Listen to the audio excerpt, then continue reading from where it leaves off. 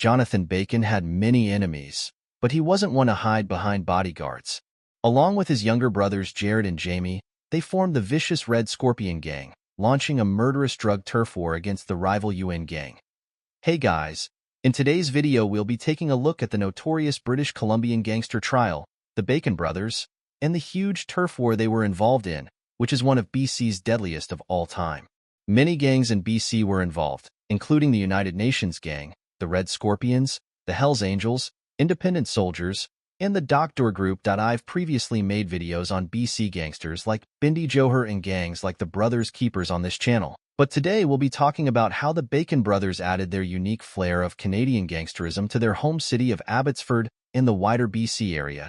Abbotsford's location near an unmanned border with the United States and the wealth generated by the lucrative drug trade makes it a natural breeding ground for gang conflict, a conflict associated with three things: drugs, money, and power. It was the allure of these three that drew the brothers to a life of crime. The Bacon brothers were born into a wealthy household in Abbotsford and, as kids, took an active interest in sports. The youngest, Jamie Bacon, was even a provincial high school wrestling champion in his senior year. However, despite coming from a functional family, the brothers chose a life of crime. They were dealing drugs and guns as early as 2002 when the 18-year-old middle brother, Jared, was convicted of unauthorized possession of a prohibited weapon. Jared later confessed in court that the brothers made a conscious decision to become gangsters while still in their teens.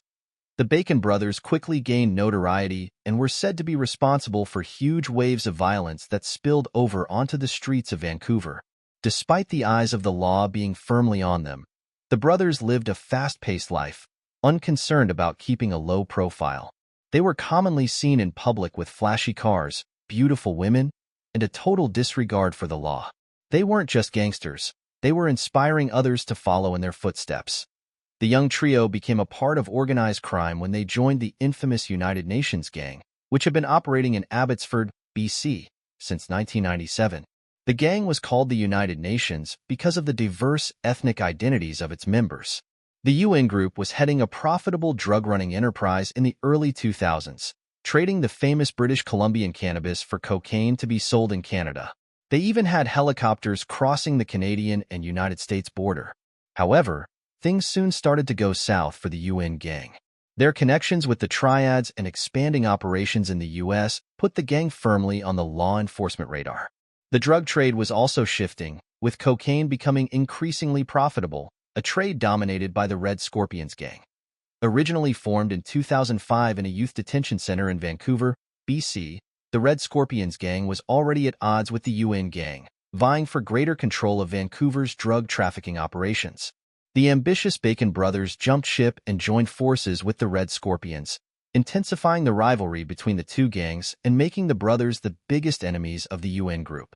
Authorities described the brothers as completely fearless and believed they quickly took charge of operations within the Red Scorpions. What followed was a cycle of violence, culminating in one of the bloodiest turf wars BC has ever seen. Jonathan Bacon, seen as a traitor by the UN gang, was targeted outside his home in September 2006 but survived the murder attempt.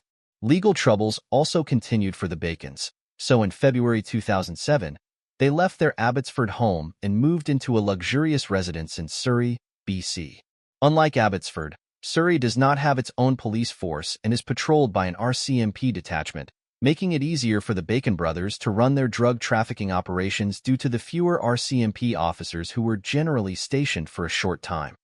However, a change of home did not stop the murder plots and violence. The gang war raged on, with each side continually seeking to outmaneuver and eliminate the other, leading to numerous shootings and killings. The Bacon brothers, despite their attempts to maintain control and expand their influence, remained high-profile targets in the ongoing conflict, illustrating the relentless and dangerous nature of the BC gang landscape. In April 2007, the youngest brother, Jamie, became a target when his Corvette was bombarded with bullets as he pulled into his Surrey home. Jamie fired back with a Glock taken from an SUV parked in the family's garage, prompting the police to search the vehicle. They found 4 semi-automatic guns and 5 loaded pistol magazines hidden in a secret compartment. Many of the guns had middle brother Jared's fingerprints, even though he wasn't present at the house at the time. Both Jamie and Jared Bacon were charged with weapons possession. The move to Surrey also sparked new gang-related rivalries for the Bacons. One of these rivals was Corey Law, who was running a dial-a-dope operation at the Balmoral apartment tower. Law tried to convince a Bacon Brothers associate to work for him instead, which did not sit well with Jamie. Jamie was quoted as saying, "That kid's a little Zeke. He's a little bitch. I'm going to jack him. He shouldn't be working in our town. We run this town." Jamie demanded Corey either hand over a drug line to him or pay a $100,000 tax for bad-mouthing him. When Corey refused, Jamie decided Corey had to die. On October 19, 2007, 3 Red Scorpion members entered the Balmoral Tower to carry out the hit. However, their plan went sideways when they found Corey Law wasn't alone. Corey was with his brother, 2 business associates, and a gas fitter who had no connection to the gangsters but was there on a service call.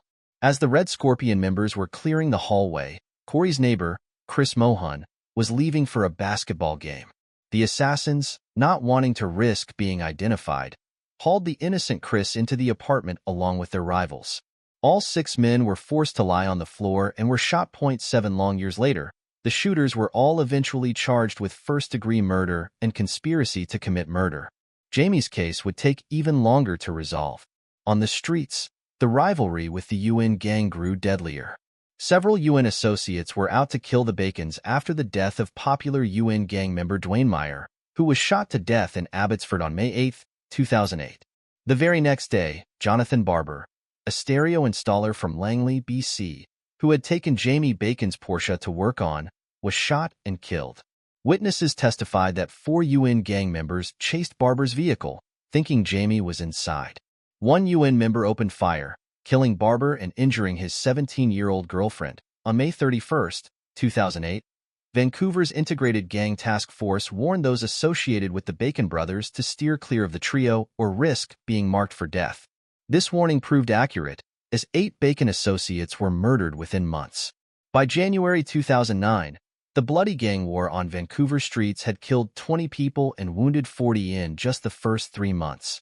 The murder plots against the brothers continued, with at least 11 suspects arrested in connection to conspiracies to kill the Bacon brothers and other gang associates between January 1, 2008 and February 17, 2009. One of the elaborate plots against the Bacon brothers involved bombing their Abbotsford residence. A former UN gang member testified in court that the group had discussed dropping a bomb from one of its helicopters to kill the Bacon brothers. However, the logistical difficulties and high risk of collateral damage made this plan unfeasible. The gang also considered other violent options, such as using a rocket launcher and grenades, but they were unable to obtain those weapons. From a legal standpoint, things were also going poorly for the Bacon brothers. Jamie Bacon was arrested in the Surrey 6 case in April 2009, and in 2010, he was convicted of 10 counts of possessing guns and ammunition at the Bacon family home in Surrey, receiving a 7-year sentence. Jared Bacon was arrested just a month after Jamie on weapons and drug trafficking charges. With both of his brothers in prison, the eldest brother Jonathan Bacon sought to make new alliances. He contacted Larry Amaro of the Hells Angels biker gang and James Rioch of the Independent Soldiers. Together, they formed the Wolfpack Alliance to expand their operations to other parts of the country. However, Jonathan was soon caught up in another brewing rivalry. The BC gang wars reached a monumental moment after the murder of the famous BC gangster Gurmit Doc, co-founder of the Doc Doure group, outside Metrotown Mall in October 2010. Gurmit was closely associated with the UN gang and had contacted them to eliminate some of his rivals in the Hells Angels and Independent Soldiers. The Doc Doure group was an alliance formed between some of the Bacon brothers' rivals in response to the formation of the Wolfpack Alliance. Gurmit's targeted hit became a critical moment in the lower mainland gang rivalries, leading to a war that resulted in the killings of several major gang leaders in Vancouver. Gurmit's brother, Sook Doc, blamed Independent Soldier James Rioch and Hells Angels Larry Amaro for his brother's death and sought revenge. The gang war that followed escalated the violence, resulting in numerous deaths and a heightened state of fear and tension within the BC gang landscape. The relentless pursuit of power, money, and control continued to drive the conflict, leaving a trail of devastation in its wake. On August 14, 2011, Jonathan Bacon was partying with his new associates in Kelowna, a city 275 kilometers east of Vancouver. As they were leaving the Grand Delta Hotel in a white Porsche, they were ambushed by three masked men, later identified as members of the Doc Doure group. Larry Amaro escaped with injuries, while James Rioch managed to run from the scene. However, Jonathan Bacon, the head of the Red Scorpion gang, was severely wounded and soon collapsed, passing away from his injuries. Two women in the car with the three gangsters also sustained multiple non-fatal injuries. Three members of the Doc Doure alliance were arrested in relation to the hit in 2013 in the aftermath of Jonathan Bacon's daylight murder. A wave of brutal retaliation ensued, resulting in dozens of deaths within a span of months. Just 2 months later, in October, a Doc Doure associate involved in the Kelowna hit was shot to death in Surrey, BC. At the start of 2012, on January 17th, the second most prominent member of the Doc Doure syndicate, Sundeep Doure, was shot multiple times in the lobby of the Sheraton Wall Center in front of a stunned audience.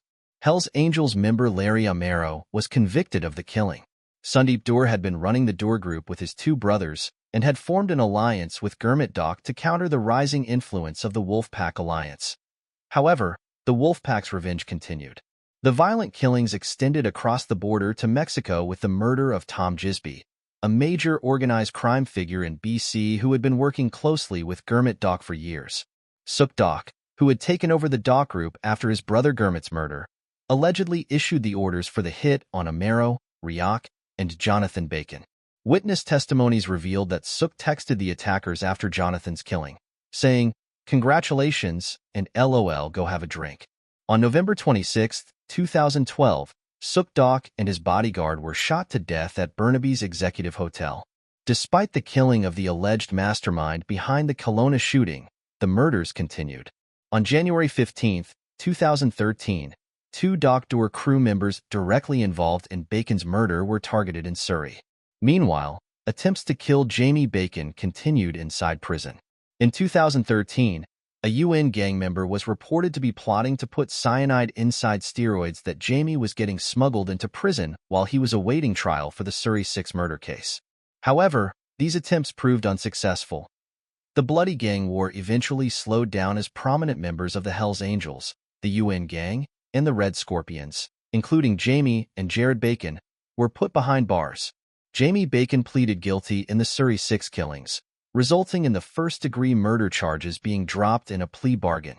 Jamie Bacon was sentenced to 18 years in prison in September 2020, concluding a 13-year-long legal battle.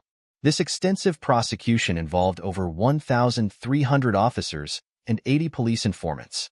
The complexity of the case was compounded by a former investigator's conviction in 2019 for breach of trust and attempted obstruction of justice due to a romantic relationship with a key witness. Jamie will serve a total of 5 years and 7 months after accounting for nearly 12 years spent in pretrial detention. Jared Bacon was acquitted of the weapons charge in 2010 but remained in custody after being found guilty of attempting to smuggle $3 million worth of cocaine into Canada in 2009.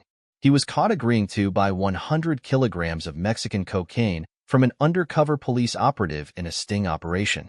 Jared originally received a 12-year sentence, which was later increased to 14 years.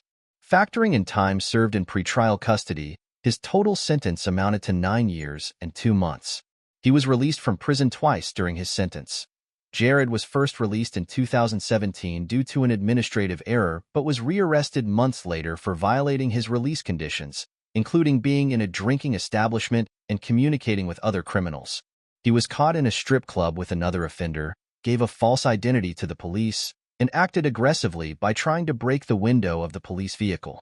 He was released again in July 2018 but was back in custody 5 months later after testing positive for cocaine. Jared was finally released from prison for the third time on March 19, 2021. Despite his release, the court cautioned that he still posed a risk due to his ongoing ties with criminal organizations. He now lives under strict surveillance conditions in a halfway house until it is deemed he no longer presents a risk to society. Court documents revealed that Jared requested to be released in a different region for safety reasons. The Bacon brothers' conscious decision to engage in criminal activities ultimately led to their downfall. The shifting alliances, rivalries, and persistent police efforts culminated in their capture and imprisonment. Their actions triggered one of the bloodiest gang wars in BC's history, leaving a lasting impact on the region's crime scene. Please like and subscribe if you enjoyed the video and want to see more in the future. It helps out the channel immensely. Thanks for watching and have a good one.